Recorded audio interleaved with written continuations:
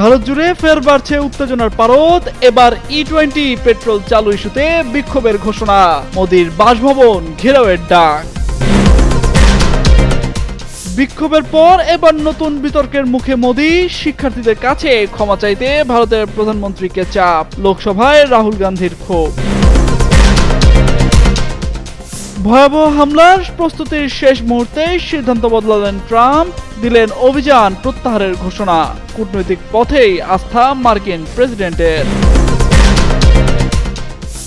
যুক্তরাষ্ট্রের হামলা নিয়ে ইরানের নতুন হুঁশিয়ারি, অভিযান চালালে গোটা মধ্যপ্রাচ্যকে জাহান্নাম বানানোর হুমকি, প্রস্তর যুগে ফিরে যাবে পুরো অঞ্চল। উত্তেজনার মধ্যে ইসরায়েলকে রিফুয়েলিং বিমান পাঠাচ্ছে যুক্তরাষ্ট্র, ইরানে হামলা জোরদারের ইঙ্গিত মার্কিন পররাষ্ট্রমন্ত্রীর, নতুন করে সংঘাতের শঙ্কা বিশ্লেষকদের।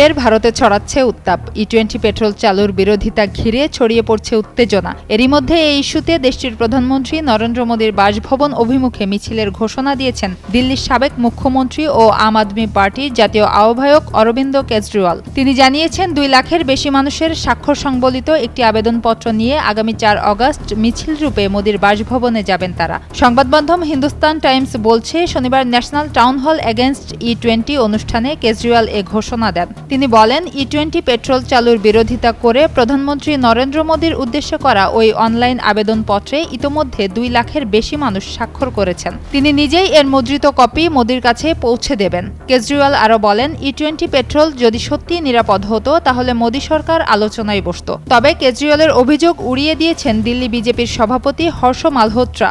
তিনি বলেন, ই-20 জ্বালানি ব্যবহারের কারণে গাড়ি ক্ষতিগ্রস্ত হয়েছে, ইঞ্জিন বিকল হয়েছে। শিক্ষা খাতে পরিবর্তন ও মন্ত্রীর পদত্যাগের দাবিতে শিক্ষার্থীদের বিক্ষোভে কয়েকদিন আগে উত্তাল হয়ে ওঠে গোটা ভারত।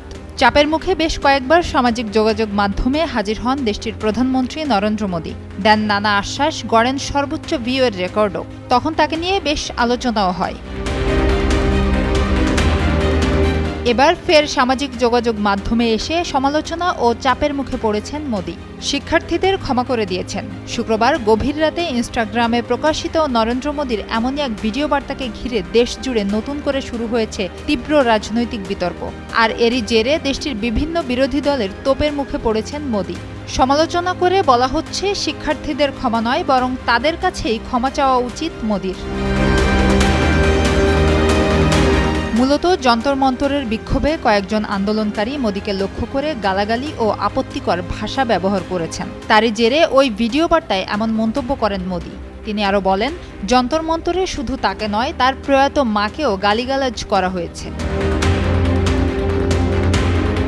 ভারতীয় নানা সংবাদ মাধ্যমের প্রতিবেদনে বলা হয়েছে, শিক্ষার্থীদের ক্ষমা করে দেওয়ার মন্তব্যের পর নরেন্দ্র মোদীকে কড়া ভাষায় আক্রমণ করেছে কংগ্রেস ও সমাজবাদী পার্টি। লোকসভার বিরোধী দলীয় নেতা রাহুল গান্ধীর মতে, শিক্ষার্থীদের তার ক্ষমার প্রয়োজন নেই, বরং দুর্নীতিগ্রস্ত পরীক্ষা ব্যবস্থা উপহার দেওয়ার জন্যই মোদীর তাদের কাছে ক্ষমা চাওয়া উচিত। এদিকে কংগ্রেসের জ্যেষ্ঠ নেতা ও সাবেক কেন্দ্রীয় মন্ত্রী পি চিদাম্বরম প্রশ্ন তুলেছেন, সরকারের সমালোচনা করলেই যারা এক্সে অশালীন মন্তব্য করে, সেই বিজেপি সমর্থকদেরও কি প্রধানমন্ত্রী ক্ষমা করে দিয়েছেন? কংগ্রেস নেতা পবন খেরা বলেন, দেশ প্রধানমন্ত্রীর কাছে ক্ষমা চাওয়ার দাবি করেছিল, কিন্তু তিনি উল্টো দেশকেই ক্ষমা করে দিলেন। এছাড়া সমাজবাদী পার্টির প্রধান অখিলেশ যাদব বলেন, জনগণ কখনোই বিজেপিকে ক্ষমা করবে না। তাদের এই অহংকারই একদিন সরকার পতনের কারণ হবে।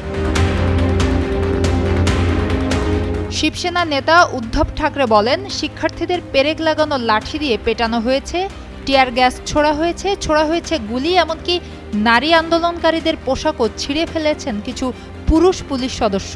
মোদী এবং কেন্দ্রীয় স্বরাষ্ট্রমন্ত্রী অমিত শাহর ক্ষমা চাওয়া উচিত বলে মনে করেন তিনি। তবে এসব অভিযোগ প্রত্যাখ্যান করে মোদী সরকার বলছে, জবাবদিহি এড়িয়ে যাচ্ছে না তারা। ইতোমধ্যে পাবলিক এক্সামিনেশনস সংশোধনী বিল পাশ করা হয়েছে এবং পরীক্ষা ব্যবস্থার সংস্কারে একটি টাস্ক ফোর্সও গঠন করা হয়েছে। সুবর্ণা রহমান, যুগান্তর নিউজ।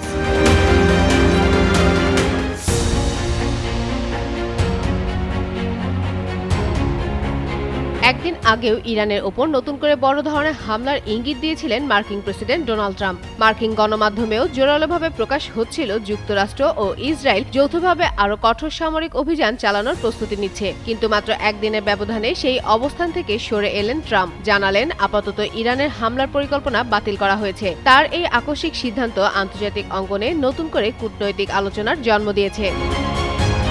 নিজের সামাজিক যোগাযোগ মাধ্যম ট্রুথ সোশ্যালে দেওয়া এক পোস্টে ট্রাম্প বলেন, দ্রুত একটি সমঝোতায় পৌঁছানোর সম্ভাবনা হলে হামলা হবে না। তার দাবি, সম্ভাব্য চুক্তি অংশ হিসেবে হরমুজ প্রণালী অবিলম্বে খুলে দিতে হবে এবং ইরানের পারমাণবিক কর্মসূচি থেকে সৃষ্ট হুমকির অবসান ঘটাতে হবে।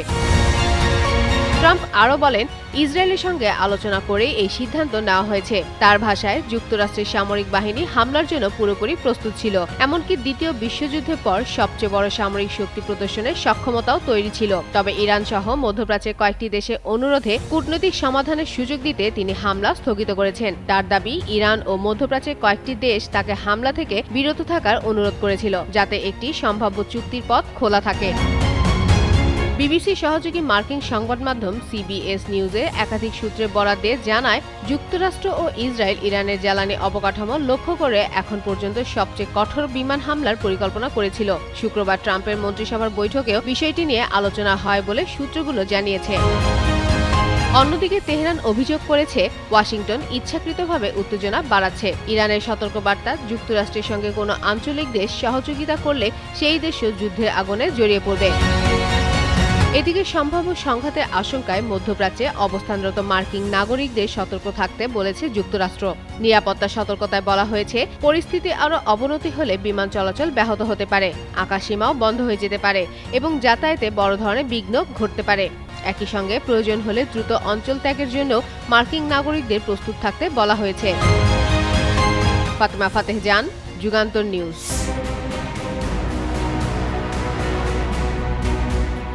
মধ্যপ্রাচ্যে নতুন করে যুদ্ধের আশঙ্কা ঘনীভূত হওয়ার মধ্যেই এবার সবচেয়ে কঠোর বার্তা দিয়েছে তেহরান। যুক্তরাষ্ট্র ইরানের ওপর হামলা চালালে এর জবাব শুধু পাল্টা হামলায় সীমাবদ্ধ থাকবে না, বরং পুরো অঞ্চলকে জাহান্নামে পরিণত করা হবে। শুধু পাল্টা হামলায় নয়, হামলায় জড়িত সব ঘাঁটি ও স্বার্থকে লক্ষ্যবস্তু করার ঘোষণাও দিয়েছে দেশটি। একই সঙ্গে গুরুত্বপূর্ণ সমুদ্রপথ বন্ধ করে দেওয়ার হুমকিও দিয়েছে ইরান। কাতার ভিত্তিক সংবাদ মাধ্যম আল জাজিরার প্রতিবেদনে এই তথ্য জানানো হয়েছে। পাশাপাশি ওয়াশিংটনকে বোকামি না করার সতর্কবার্তাও দিয়েছে দেশটির শীর্ষ নেতারা। ইরানের পার্লামেন্ট সদস্য ও জাতীয় নিরাপত্তা এবং পররাষ্ট্রনীতি কমিশনের সদস্য ইব্রাহিম রেজাই সামাজিক যোগাযোগ মাধ্যম এক্সে বলেন, ইরানের বিরুদ্ধে যেখান থেকে হামলা চালানো হবে সেখানকার সামরিক ঘাঁটি ও হামলার উৎসকে লক্ষ্য করেই জবাব দেওয়া হবে। তার ভাষায়, ইরানে হামলা হলে পুরো অঞ্চলকে প্রস্তুত যুগে ফিরিয়ে দেওয়া হবে। রেজাইয়ের অভিযোগ, ইসরায়েলের প্রধানমন্ত্রী বেনিয়ামিন নেতানিয়াহু সম্প্রতি ওয়াশিংটন সফরে মার্কিন প্রেসিডেন্ট ডোনাল্ড ট্রাম্পকে বোঝানোর চেষ্টা করছেন যে দ্রুত ও বড় ধরনের হামলা চালিয়ে ইরানকে নতি স্বীকারে বাধ্য করা সম্ভব। তবে এমন কোনো পদক্ষেপের ফল ভয়াবহ হবে বলেও দাবি তেহরানের। এদিকে ইরানের সর্বোচ্চ জাতীয় নিরাপত্তা পরিষদের সচিব মোহাম্মদ বাঘের জোল খাদর হুঁশিয়ারি দিয়ে বলেছেন, যুক্তরাষ্ট্র চাপ ও নৌ অবরোধের নীতি অব্যাহত রাখলে শুধু হরমুজ প্রণালী নয়, আরও গুরুত্বপূর্ণ সমুদ্রপথ বন্ধ করে দেওয়ার পদক্ষেপ নিতে পারে ইরান। তার দাবি, এমন পরিস্থিতি সবচেয়ে বড় মূল্য দিতে হবে বিশ্ব অর্থনীতি, জ্বালানি বাজার ও যুক্তরাষ্ট্রকেই। বিশ্বে অন্যতম গুরুত্বপূর্ণ জ্বালানি রুট হরমুজ প্রণালী দীর্ঘদিন ধরে অচল থাকায় আন্তর্জাতিক বাজারে এর প্রভাব ইতিমধ্যেই স্পষ্ট। এর সঙ্গে নতুন করে আরও সমুদ্রপথ বন্ধ হলে মধ্যপ্রাচ্যে উত্তেজনা বৈশ্বিক সংকটে রূপ নিতে পারে বলে আশঙ্কা বিশ্লেষকদের। যুদ্ধের দাবদাহের মধ্যেই ইরানের বিরুদ্ধে চলমান সামরিক অভিযানের পরিধি আরও বাড়াতে বড় ধরনের যুদ্ধ প্রস্তুতি নিচ্ছে মার্কিন যুক্তরাষ্ট্র। আগামী কয়েকদিনের মধ্যেই দেশটি ইসরায়েলে প্রায় 10টি অতিরিক্ত আকাশে জ্বালানি সরবরাহকারী বিমান মোতায়েন করতে যাচ্ছে বলে দাবি করেছে ইসরায়েলি সংবাদ মাধ্যম ওয়াইনেট।